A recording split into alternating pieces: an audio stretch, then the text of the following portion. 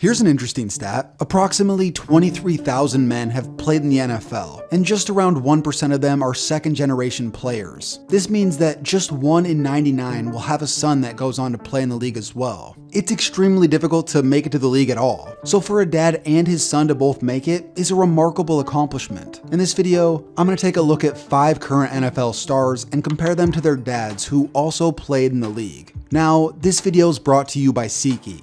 SeatGeek has been awesome for me. I've gone to multiple games buying tickets through them, and they make the process so easy. They take tickets from all across the web and put them into one area, placing them on a scale from 1 to 100, with green meaning it's a good deal, and red meaning it's bad. If it's your first time with SeatGeek, use my promo code KTO for $20 off your first purchase. Big thanks to SeatGeek for the sponsor. Now let's get into the video.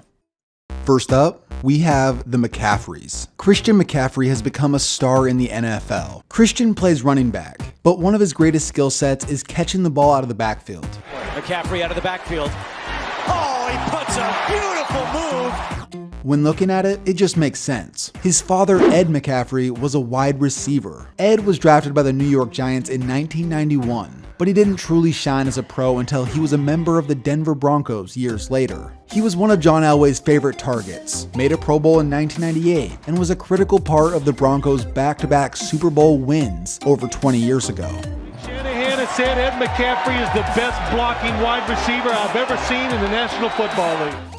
Here's a cool photo of former Broncos tight end Shannon Sharpe holding Christian as a kid. Christian had the privilege of being around NFL players during his youth and saw just what it took to be great at that level. It's interesting how different Christian turned out as an athlete. Ed is 6'5" and had long bounding strides. Christian is only 5'11" and has a much choppier run style. Ed was less versatile than Christian. He was fast, but it was deceptive. His best skill set was presenting a big target for his quarterback, especially in the red zone. Christian's bursty type speed and elite quickness makes for a great back between the tackles. He's also a nightmare to try and cover on pass routes. If you're projecting stats, you can make the argument that Christian will be the better player, but his dad's got 3 rings on him. Regardless, they both have made their mark on the game of football. Next up, we have the Jordans. Cameron Jordan has been a force on the Saints defensive line for years. He's been to multiple Pro Bowls and put up Defensive Player of the Year type numbers in 2017.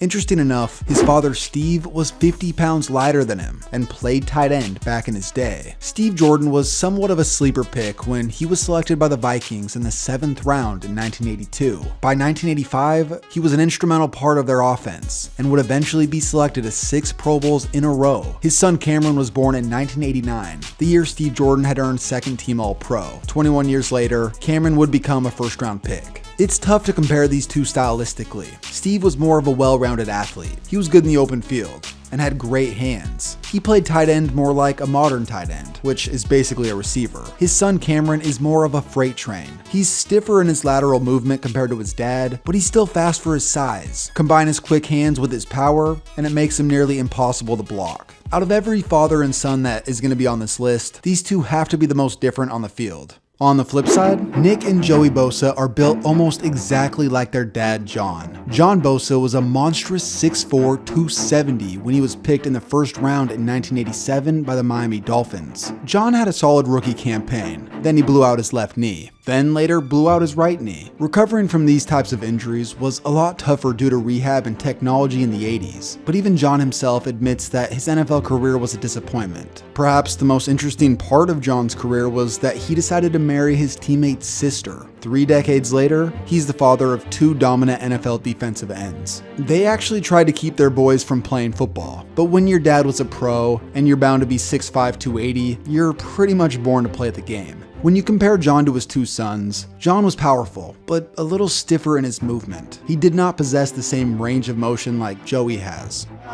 Big 3rd and 4 here. 3rd and 4 with Flacco on the gun. Bosa on him! He even admitted that he wasn't as athletically gifted as Nick and Joey. He called himself more of a grinder. In an article published by Sports Illustrated, it talks about how much different the defensive end position has changed since the 80s. Here's a great quote. In the 1980s, defensive ends trained like weightlifters, more geared towards lifting a Porsche than running like one. It's safe to say that Nick and Joey are much better suited for the modern game. 2nd and 10 as that Tennessee defense drops back.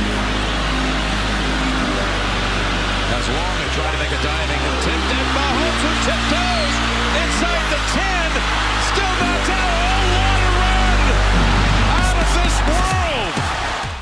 Patrick Mahomes is currently the face of the NFL. Since he will be facing off against Nick Bosa in the Super Bowl, he should be mentioned in this video. This is only an honorable mention though, since his father Pat didn't play in the NFL, but he was still a pro athlete, a pitcher for over a decade in the MLB. Pat Mahomes had earned scholarships for both football and basketball, but after pitching for literally 1 year in high school, he was drafted by the Minnesota Twins. He lasted in the league for 11 years. Sanders leads off second. Mahomes 2-2 to Reed. Swing and a miss. He struck him out. The ball game is over, and Pat Mahomes earns his second victory of the series. I'm not even going to try and compare them, but it's clear that Pat's background in baseball helped his son tremendously. Patrick spent time around many big-time baseball players and showed incredible potential early in his life. While growing up, his dad felt pretty strongly that he would focus on baseball and try to make a career in the MLB, but Patrick loved football. When you take a kid who has rare arm talent and combine that with a childhood of hanging around MLB players and learning arm mechanics, that's when you get a generational talent. Jamal Adams, how about this guy?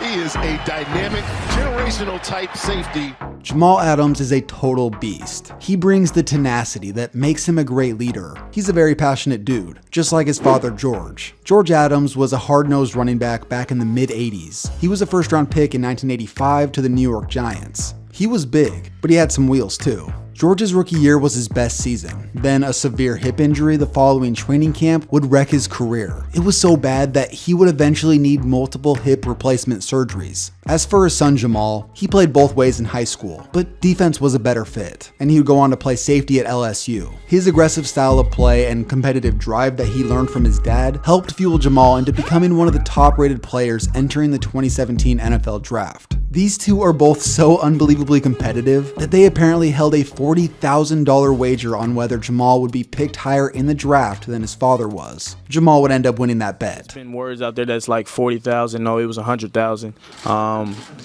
He doesn't want to pay. He doesn't want to pay, so I'm gonna just continue. Comparing these two, they are roughly the same height. George was a little bigger in his playing days, but Jamal's faster. From what I can tell, they were both versatile in their skill sets. George returned kicks, ran the ball, blocked well, and caught passes out of the backfield. Jamal just makes plays all over the field. He's great in coverage, fills gaps like a linebacker, and plays like a heat-seeking missile. It's safe to say that Jamal had better luck in the pros. Plus, the dude's just a straight-up baller. 86. 5 receptions today. That's a season high for the rookie. As Jones has it taken away by Jamal Adams, and he is in for a Jets touchdown. He stripped the ball from Daniel Jones and scores. Oh my goodness. Jamal